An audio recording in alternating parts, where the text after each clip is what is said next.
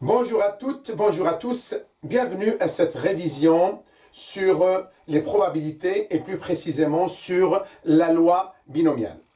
Une révision courte qui vous permet de comprendre cette logique de loi binomiale et ainsi réussir vos exercices.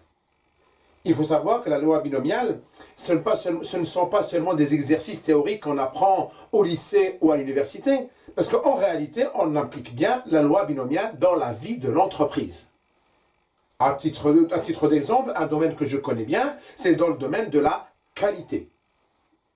Et bien là, je vais vous expliquer assez simplement à quoi sert la loi binomiale, comment on est arrivé à la loi binomiale. Et bien entendu, cette vidéo s'adresse aussi à mes propres étudiants, en l'occurrence les étudiants qui sont à l'IUT du Creusot, à l'université de Bourgogne.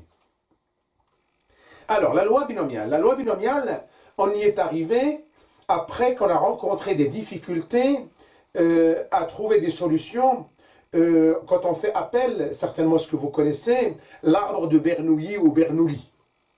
D'accord? Quand l'échantillon devient très important, et bien cet arbre de Bernoulli ou Bernoulli devient en fait insuffisant pour résoudre de tels exercices. Alors je vais prendre un exemple tout simple pour vous expliquer pourquoi on a besoin de la loi binomiale pour résoudre une situation qui dans l'échantillon est assez important. Mais il faut savoir d'abord, quand on parle de loi binomiale, de quoi il s'agit. Alors voilà la définition qu'on vous a appris, je ne fais que la répéter, donc mais je la répéter, c'est qu'on dit, quand on parle de loi binomiale, on est en présence d'un certain nombre d'événements qu'on peut appeler un certain nombre qu'on peut parler d'échantillons. Un certain événement, un certain nombre d'événements, ça peut être un échantillon. Le nombre de ces événements, on l'appelle n minuscule. Donc on est en présence de n événements. D'accord? Et le choix de chaque événement, par exemple, chaque événement, ça peut être un échantillon, je tire un élément de l'échantillon, ça peut être répétition, par exemple, d'un lancer de pièces, que sais-je. Le choix de chaque événement, d'accord, en sachant que les événements sont indépendants, ils ne sont pas liés les uns les autres. Donc le choix d'événements répétitifs, le choix d'un événement donne lieu à deux solutions, à deux issues. C'est binaire, à deux solutions, qu'on appelle succès, échec. Le succès, on le note P, et l'échec, c'est le contraire du succès. Je n'ai qu'à faire 1 moins le succès, 1 moins P, et j'ai l'échec qu'on nomme Q. À partir de là, on peut dire que nous sommes en présence d'une loi binomiale qui a des paramètres, NP, et ça s'écrit comme ça. Loi binomiale, d'accord, X, d'accord, deux paramètres binomiales, deux paramètres N, P. N étant le nombre d'événements dans les exercices, dans la réalité de le monde de l'entreprise, on l'appelle échantillon. Hein. Quand je choisis un échantillon, par exemple, dans une entreprise, par exemple, qui fabrique des fromages, je prends un échantillon de 30 fromages que je vais vérifier la qualité. Je prends le premier fromage, le deuxième fromage, le troisième, le quatrième, jusqu'à 30 par exemple. Ben, ce 30, c'est N. C'est ce qu'on appelle l'ensemble des événements. Hein, c'est l'échantillon. Et P, c'est le pourcentage de la caractéristique étudiée. Si par exemple, je veux vérifier le pourcentage des fromages non conformes, par exemple 10%, et bien P, ça sera 0,1. Donc Q égale 0,9. 1 moins P. Vous voyez? Donc c'est la loi binomiale. Bi, deux fois, deux issues. Eh bien, je vais prendre maintenant un exemple concret que vous connaissez tous avant de prendre un exercice aussi simple, par la suite, aussi simple, et on va le résoudre ensemble, et vous allez voir, ce n'est pas compliqué. C'est juste pour vous expliquer pourquoi on fait appel à la loi binomiale. Et bien voilà cet exemple que vous connaissez. On va prendre l'exemple d'une pièce de monnaie. Oui, une pièce de monnaie. La pièce de monnaie est composée de quoi? Pile, face. Pile, face. Deux faces. Pile, face. Et bien cette pièce de monnaie, je vais la lancer 3 fois. D'accord? Et je vais compter le nombre de piles et le nombre de faces. Imaginons qu'on nous dit que le pourcentage, la probabilité pour qu'on tombe sur pile, c'est 40%. D'accord? Et le pourcentage de tomber sur face, c'est 60%. Donc, ce qui veut dire que pile, c'est le succès. La probabilité de ce succès, c'est 40%, donc je le note 0,4. Et l'échec Q1 moins P égale 0,6. Et le nombre de fois que je vais lancer la pièce, on va dire seulement 3 fois. C'est juste pour vous expliquer. Donc, 3, ça s'appelle N. Donc, ce que je viens de vous dire comme exemple, donc voilà, nous sommes en présence d'une variable aléatoire X qui suit une loi binomiale de paramètres N. On va mettre 3, parce que je vais lancer 3 fois, 3 événements. Et de P, probabilité du succès, 0,4. Hein? Parce qu'on va estimer qu'il y a 40% de chances qu'on tombe sur pile. Et bien regardez, je vais faire appel à l'arbre de Bernoulli que vous connaissez. Ou Bernoulli, ça dépend comment vous le prononcez. Alors, je lance la première fois. Regardez, je lance la première fois. Hop, j'ai le choix entre pile ou face. C'est-à-dire 0,4, 0,6. Il y a 40% de chances de tomber sur pile et 60% de tomber sur face. Je note ce résultat-là. Et après, je lance une deuxième fois ma pièce. Donc, si la première fois que j'ai lancé, j'étais tombé sur pile, eh ben, j'aurai le choix entre pile aussi ou face. C'est-à-dire 0,4 et 0,6. Mais imaginons, avant de lancer la deuxième fois, je suis tombé sur face. La deuxième fois, j'aurai aussi le choix entre pile ou face. C'est-à-dire 0,4, 0,6 aussi. Je lance une troisième fois ma pièce. Si le lancer précédent, j'étais tombé sur pile, cette fois-ci, je peux tomber aussi sur pile ou face. Pile, face. Pareil, 0,4, 0,6. Si les probabilités de tomber sur pile ou face. Là, pareil, je fais la même chose, vous avez compris, hein? 0,4, 0,6, pile, face. Et là aussi, hop, comme ça, pile, face, 0,4, 0,6. Et là aussi, pile, face, 0,4 et 0,6.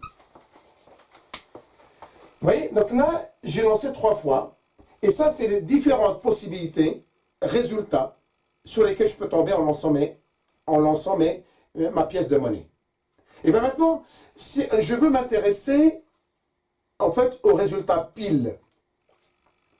Je veux m'intéresser au résultat pile. Combien de fois je peux tomber sur pile après ces 3 événements, 3 lancers? Et bien, je peux le faire. Regardez, je vais changer juste de couleur. J'espère que vous allez voir en bleu sur la vidéo. Donc, c'est pas, je ne crois pas, hein, mais on va essayer. Alors, je veux calculer le nombre de piles à chaque fois, d'après ces 3 événements 3 fois lancés. Donc, là, la première, regardez, je suis 1, 2, 3. Là, 3 piles. D'accord? 3 fois pile. Là, pile, pile, face, 2 fois. D'accord? J'espère qu'on voit bien. Ok. Là, maintenant, j'ai pile, face, pile, 2 fois. Vous voyez? Je continue. Pile, face, face, 1 fois. Il y a 1 fois pile, hein, vous voyez? Je continue. Là, cette fois-ci, face, pile, pile, 2 fois. D'accord? Après, face, pile, face, 1 fois. D'accord? Et là, face, face, face, face, pile, 1 fois. Et face, face, face, 0 fois. Donc, vous avez compris que j'ai compté le nombre de piles. OK? Si maintenant, on veut calculer la probabilité de tomber sur 2 piles, la probabilité de tomber sur 2 piles, eh bien, il suffit d'entourer les résultats de 2 piles, 2 piles et 2 piles. Vous voyez? D'après l'arbre. D'accord? Maintenant, je veux calculer la probabilité. La probabilité. Il suffit de calculer la probabilité en respectant les chemins. Si je veux calculer maintenant la probabilité de tomber sur 2 piles, eh bien, regardez. Je prends le premier. Le premier, donc ça fait celui-là. Je vais commencer par celui-là. Donc ça fait 0,4 fois 0,4 fois 0,6. Regardez, 0, j'espère qu'on voit bien. 0,4 fois 0,4 fois 0,6. Et je vais calculer la probabilité. Deuxième, 0,4 fois 0,6 fois 0,4. 0,4 fois 0,6 fois 0,4. Je calcule la probabilité. Troisième, troisième où je trouve deux piles, donc c'est celui-là là, et bien ça fait 0,6 fois 0,4 fois 0,4. 0,6 fois 0,4 fois 0,6. D'accord? Donc, 0,4 fois 0,4 fois 0,6 égale 0,096. 0,096.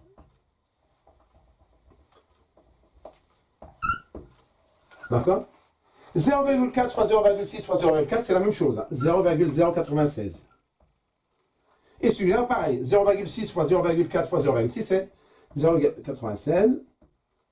Donc, si j'additionne les trois, j'arrive 0,096 fois 3, on va additionner 3, vous arrivez à 0,288.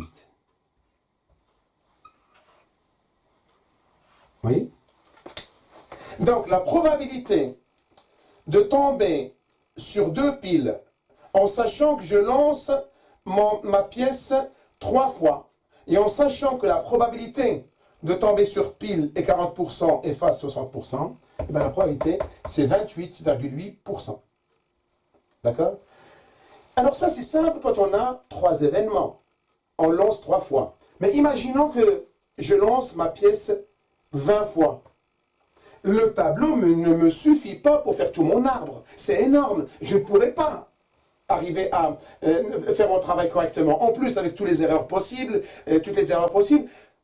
vous comprenez maintenant quand n devient important, quand l'échantillon, le nombre d'événements devient important, on fait appel à la loi binomiale. La loi binomiale, elle s'appuie sur une formule que vous devez connaître. Cette formule, vous allez l'utiliser pour tous les exercices liés à la loi binomiale. C'est quoi cette formule? Donc, je vous la donne. Vous devez la connaître par cœur. Celle-là. Donc, P de x. D'accord? P de x égale K. D'accord? Voilà ce que je cherche. K, c'était 2. Hein. P de x, par exemple, je veux tomber sur 2 fois pile.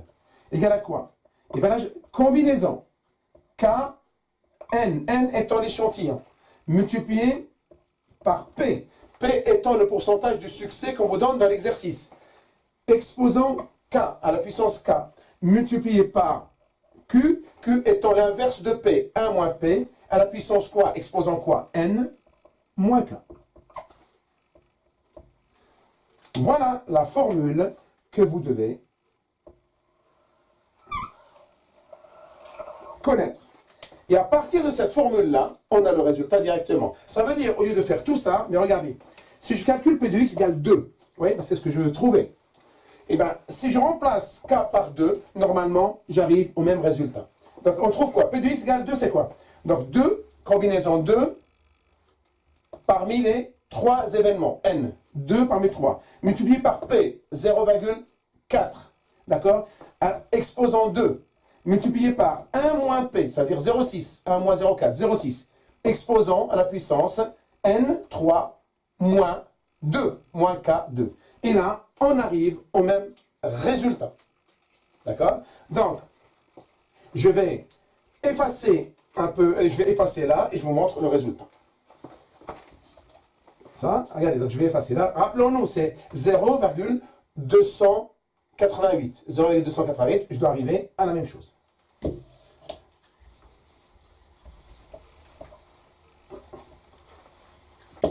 Voilà.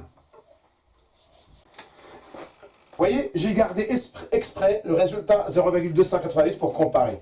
Alors regardez, donc je fais. Donc j'écris là, voilà, comme ça. P de x égale 2, égale, je mets là. 2 parmi 3, multiplié par 0,4 exposant 2, multiplié par 0,6 exposant 3 moins 2, 1. D'accord? Et bien, si vous calculez ça, la combinaison 3, 2, vous connaissez la formule. La formule, c'est 3 factoriel divisé par 2 factoriel et 3 moins 2. 1 factoriel. D'accord? Et ça, vous le maîtrisez certainement pour calcul factoriel, soit vous utilisez votre calculatrice, soit vous connaissez la méthode. Hein. Donc ça, on trouve 3. Là, égal à 3. Donc ça, c'est égal à 3. D'accord? Ça, égal à 3. OK? Voilà. Donc ça, c'est 3. Multiplié par 0,4 au carré, multiplié par 0,6, parce que la puissance A, c'est 6, vous utilisez votre calculatrice, vous arrivez au même résultat. 0,288. Oui. Donc, c'est le même résultat. Donc, vous voyez, c'est pour ça qu'on passe à la loi binomiale qui nous facilite la tâche. Maintenant que je vous ai expliqué un peu la logique de la loi binomiale, nous allons prendre un exercice très simple. On va essayer de le faire entièrement. Et si vous comprenez l'exercice que nous allons faire ensemble, normalement, vous ne devez rencontrer aucun problème pour réussir n'importe quel exercice en lien avec la loi binomiale. Je vais effacer le tableau et on va faire l'exercice ensemble. On va lire l'exercice ensemble. 80 personnes s'apprêtent à passer le portique de sécurité. On suppose que pour chaque personne, la probabilité que le portique sonne est égale à 5%. Donc on transforme le pourcentage en valeur relative, 0,05. Soit x la variable aléatoire donnant le nombre de personnes faisant sonner le portique parmi les 80 personnes de ce groupe. Première question. Justifiez que x suit une loi binomiale dont on précisera les paramètres. Deuxième question. Calculez l'espérance mathématique et l'écart type et interprétez les résultats. Troisième question, et cette fois-ci, on va calculer les probabilités de la troisième question. D'abord, on nous demande de calculer la probabilité qu'aucune personne du groupe ne fasse sonner le portique. La probabilité qu'au moins une personne du groupe fasse sonner le portique.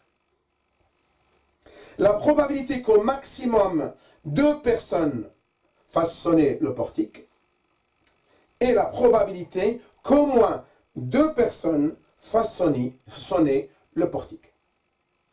Et enfin, une quatrième question, et cette fois-ci, l'inconnu devient l'échantillon. Donc on nous demande de déterminer l'échantillon en fait. Et là, on nous demande de calculer, de déterminer l'échantillon qu'on nomme n pour que la probabilité des personnes qui ne font pas sonner le portique s'élève à 1%. Voilà ce qu'on va faire ensemble. Cet exercice, bien entendu, il est joint dans le descriptif de la séance, de la vidéo. Vous pouvez le télécharger si vous voulez le faire d'abord vous-même avant de regarder le corriger. Bien. Alors, commençons maintenant ensemble notre exercice. Donc là, nous sommes en présence d'une situation où nous devons d'abord noter l'échantillon, déterminer le taux du succès, P, le pourcentage lié à l'échec. Donc là, nous sommes en présence d'un échantillon on va dire, alors j'écris là, comme ça on voit bien, voilà, n égale 80, d'accord, si je comprends bien, 80, ok. P égale 0,05. Donc, par définition, Q égale 0,95. Oui. 1 moins P. La première question, on nous dit de justifier que X suit une loi binomiale dont on précisera les paramètres. Là, qu'est-ce qu'il faut dire? Voilà la phrase qu'il faut sortir. Là, il faut dire, nous sommes voilà ce qu'il faut dire, hein, je répète. Nous sommes en présence de 80 événements. C'est l'échantillon. D'accord? 80 événements. Chaque 80 événements indépendants. Voilà, on va dire indépendants.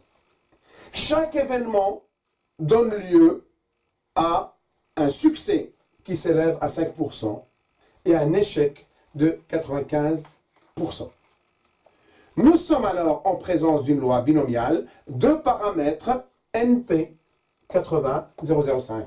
Et ça se note comme ça. Nous sommes en présence d'une loi binomiale de paramètres, 80 0,005. Voilà. Et là, nous avons répondu à la première question. Passons maintenant à la deuxième. Donc nous avons tout pour calculer. Et là, on nous demande de calculer l'espérance mathématique et l'écart type. L'espérance mathématique et l'écart type. Alors, quand on est dans la loi binomiale, on vous demande de calculer l'espérance mathématique et l'écart type. En fait, c'est un calcul par avance si on utilise la loi binomiale, les données de la loi binomiale pour faire appel à la loi normale. Hein? D'accord. Voilà, si on veut faire appel à la loi normale, par exemple, faire une approximation de la loi binomiale par la loi normale, et on a besoin de ces deux paramètres-là, l'espérance mathématique qu'on appelle la moyenne et l'écart type. Mais c'est bien de savoir comment on le calcule. Bien que cette séance ne concerne pas la loi normale. Bon, l'espérance mathématique, alors rappelez-vous, l'espérance mathématique, c'est exactement la même chose que la moyenne. Quand je dis espérance mathématique ou moyenne, c'est la même chose. Donc, espérance mathématique, E de x, d'accord, égale n fois p. Voilà la formule. C'est-à-dire 80 multiplié par 0,05, et là, on trouve 4. 4. La moyenne. Ça veut dire quoi? En moyenne, 4 personnes sur 80 font sonner le portique. Oui. En moyenne, 4 personnes sur 80 font sonner le portique quand il passe. L'écart type maintenant, l'écart type égale à quoi? Voilà, c'est racine carrée de n fois p fois q égale racine carrée de 80 fois 0,05 multiplié par 0,95. Racine carrée. Et là, on trouve normalement 1,95. Comment on explique l'écart type? Donc il faut savoir que ce soit en statistique descriptive ou en probabilité, quand on fait appel aux lois, l'écart type n'a de sens que parce qu'il s'ajoute à la moyenne. L'écart type explique un peu plus, donne du sens à la moyenne. Ça veut dire quoi ça? Ça, en fait, on va dire, c'est le seuil de confiance ou la marge de sécurité, ou appelez ça la marge d'erreur si vous voulez. Voilà comment on dit. En moyenne, 4 personnes sur 80 font sonner le portique. Avec une marge de sécurité, on appelle ça marge d'erreur, de 1,95 à gauche et à droite. C'est-à-dire que la moyenne va se contenir dans un intervalle 4 moins 1,95, c'est-à-dire 2,05, et 4 plus 1,95, 5,95. D'accord? En fait, c'est une marge de sécurité, seuil de confiance, marge d'erreur, appelez ça comme vous voulez. C'est une moyenne plus ou moins 1,95. C'est-à-dire notre moyenne est comprise entre 2 et 6. On peut dire aussi, autrement, en moyenne, 4 personnes sur 80 font sonner le portique. Et on peut dire aussi, la moyenne des personnes parmi les 80 qui font sonner le portique est comprise entre 2 et 6, si j'arrondis. Voilà, c'est ça le sens de l'écart type, lié à la moyenne, ce qu'on appelle l'espérance mathématique. Donc je vérifie juste, c'est bien 2,05, je ne me suis pas trompé, c'est bien ça. Bien. Nous allons passer maintenant à la troisième question. Troisième question, petit a. Là, on nous demande de calculer la probabilité qu'aucune personne du groupe ne fasse sonner le portique. C'est-à-dire, P de x égale à 0. D'accord? Et rappelons-nous, donc là, je vais faire appel toujours à la formule. Oui, c'est cette formule-là que je vais utiliser, rappelons-nous. C'est Kn multiplié par P à la puissance K multiplié par Q à la puissance N moins K. Oui. Cette formule, elle doit être présente toujours avec vous. C'est celle-là que j'utilise. Oui. Kn multiplié par P exposant K multiplié par Q à la puissance N moins K. C'est ce que je vais utiliser à chaque fois. D'accord? Donc, je vais l'effacer et faire mon calcul en faisant appel à cette formule-là. Voilà. Donc, égal 0,80 multiplié par 0,05 exposant 0 multiplié par 0,95 à la puissance 80 moins 0, 80. D'accord? Et là, nous trouvons normalement, donc je l'ai calculé, je trouve 0,0165. 0,0165. Donc ça veut dire quoi? Il y a 1,65% de chance de ne tomber sur personne qui fasse sonner le portique. Oui, c'est très simple. Et bien maintenant, nous allons passer à la deuxième probabilité à calculer. Et cette fois-ci, on nous demande de calculer la probabilité qu'au moins une personne du groupe fasse sonner le portique. Au moins une personne, donc je mets B, au moins une personne, c'est-à-dire supérieur ou égal à 1. Au moins une personne. Alors regardez, au moins une personne, c'est-à-dire qu'il faut calculer la probabilité de tomber sur 1, 2, 3, 4, 5, jusqu'à 80. C'est énorme. On ne va pas passer notre temps à faire ça. Heureusement qu'il y a une autre méthode. Ben, regardez, là, vous avez compris, la loi binomiale calcule la probabilité de valeurs discrètes. Ça veut dire la probabilité de 0, 1, 2, 3, 4, 5, etc. Et bien, 0, 1, 2, 3, jusqu'à 80. On veut calculer la probabilité de, en fait, 1, tout ça. 1 et plus. Toute cette probabilité. D'accord? Sachant que la probabilité totale, j'espère qu'on me voit là, la probabilité totale égale à 1, c'est ce que j'écris là, égale à 1, la probabilité totale égale à 1, il suffit de faire 1 moins la probabilité où x égale à 0, et on a la probabilité par déduction. Donc il suffit de mettre 1 moins P de x égale 0. P de x, on l'a calculé. Donc c'est très facile. Donc je fasse là. Voilà. C'est très facile. Donc il suffit de faire égal 1 moins 0,0165. Et nous avons la probabilité que x soit supérieur ou égal à 1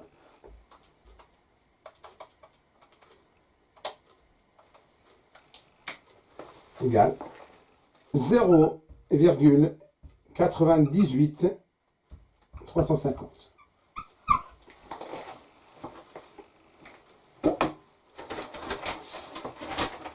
Voilà, la probabilité qu'au moins une personne, oui. Bien. Troisième probabilité, la probabilité qu'au maximum 2 personnes fassent sonner le portique. Au maximum 2. Donc, je vais effacer pour le faire au-dessus. OK? Je vais effacer là. Donc, je vais effacer. Hop, comme ça. Donc, cette fois-ci, c'est P de x inférieur ou égal à 2. C'est ce qu'on nous demande. La probabilité qu'au maximum 2 personnes fassent sonner le portique. Et bien, ça égale à quoi? Égale à P de x égale 0, plus P de x égale 1, plus P de x égale 2.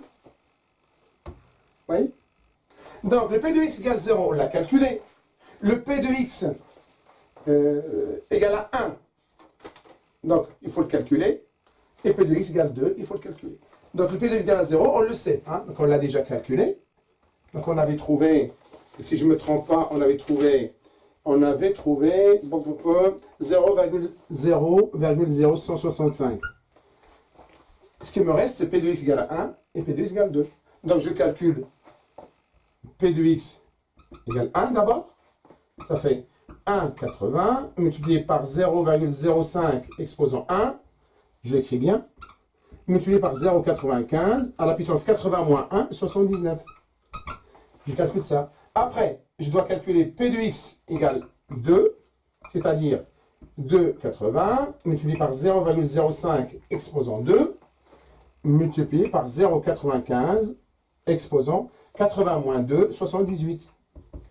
Je calcule les deux, je les ajoute à P de x égale 0 et j'ai mon résultat. Alors, j'ai effectué les calculs, donc j'espère que je ne suis pas trompé. Donc, P de x égale 1, là, je trouve 0,0695. Et P de x égale 2, j'ai trouvé 0,1446. Oui. Donc, on a tout. Donc, il suffit d'additionner les trois probabilités. P de x égale 0, plus P de x égale 1, plus P de x égale 2. Donc, je prends la calculatrice. Voilà. Donc, 0,0165 plus 0,0695 plus 0,1446. Et on trouve, voilà le résultat. P de x inférieur ou égal à 2 égale 0,2306. Et ce n'est pas compliqué. Donc, il y a 23% de chance de tomber sur 2 personnes et moins qui font sonner le portique quand elles passent. Donc, il nous reste une dernière probabilité à calculer. Comme ça, on aura appris les égales, les supérieurs, les inférieurs, les 1 moins, vous voyez. Et cette fois-ci, on nous demande de calculer la probabilité qu'au moins 2 personnes fassent sonner le portique. Au moins. On est bien d'accord? Au moins. Donc c'est au moins. Donc je vais effacer. Hop.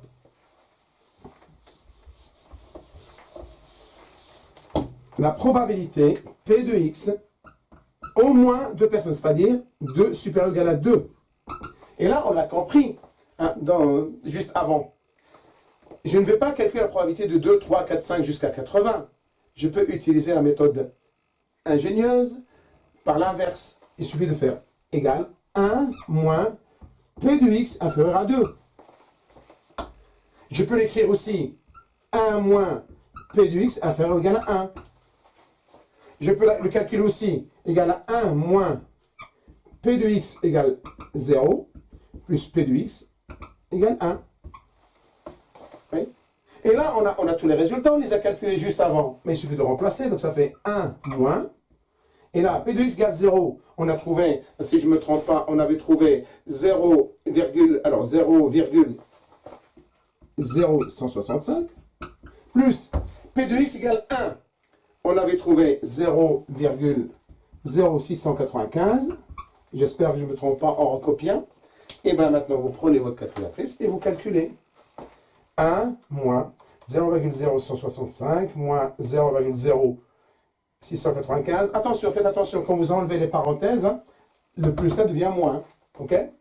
Voilà, et on trouve 0 égale, donc P de x supérieur ou égal à 2 égale 0,914. Vous voyez? Vous avez remarqué que j'utilise toujours la même formule de la loi binomiale pour répondre à toutes les questions. Normalement, avec ces questions-là que nous avons traitées ensemble, normalement, vous devez réussir tous vos exercices en rapport avec la loi binomiale. Maintenant, je vais traiter une dernière question, numéro 4, et cette fois-ci, c'est juste pour faire appel à votre imagination, votre logique mathématique, où cette fois-ci, l'inconnu, c'est n. On nous demande de déterminer l'échantillon. L'échantillon, c'est l'inconnu. D'accord? Et nous allons... L'exercice, la question, c'est quoi? On nous dit déterminer l'échantillon n pour que la probabilité des personnes qui ne font pas sonner le portique s'élève à 1%. Seulement 1%. Pourquoi? Dans l'exercice, on nous dit que la probabilité pour que aucune personne ne fait sonner le portique, on l'avait calculé, égale à 1 là, voilà, c'est P de x égale 0, c'est 1,65%. Oui. La probabilité qu'aucune personne ne fait sonner le portique, c'est 1,65%.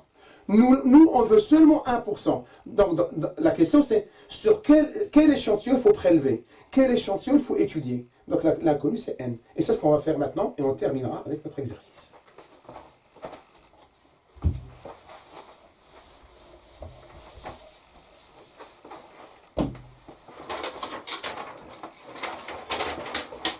Donc, quatrième question.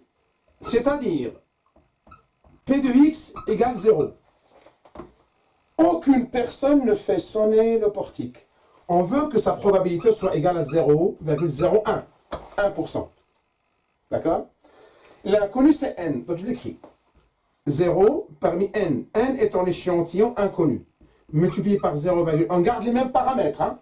0, on garde les mêmes paramètres. Non, n est à trouver, mais par contre, le pourcentage du succès, je le garde. 0,05 à la puissance 0, multiplié par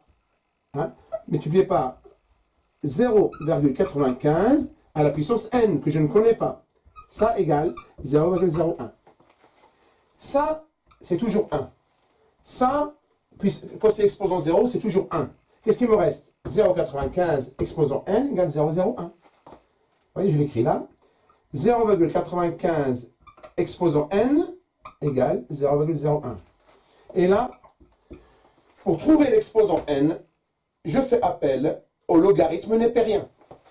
Donc, ln 0,95 n égale ln de 0,01.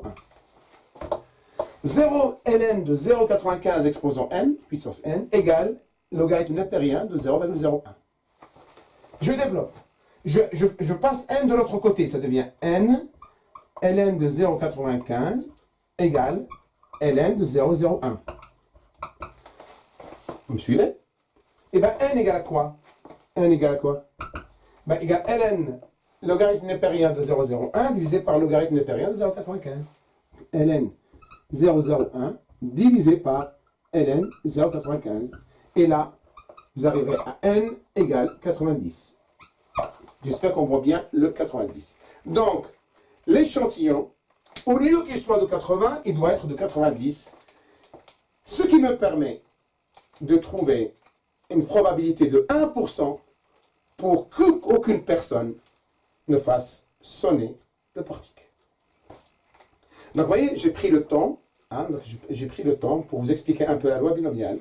Maintenant, reprenez l'exercice tel qu'il est dans le descriptif de la séance, de la vidéo.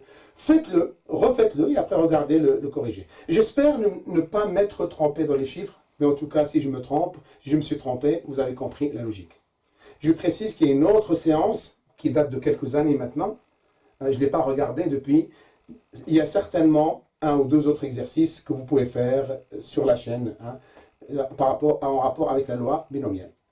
Eh bien, il ne me reste plus qu'à vous dire bon courage, gardez confiance, parce que rien n'est compliqué, il suffit juste de travailler. À très bientôt.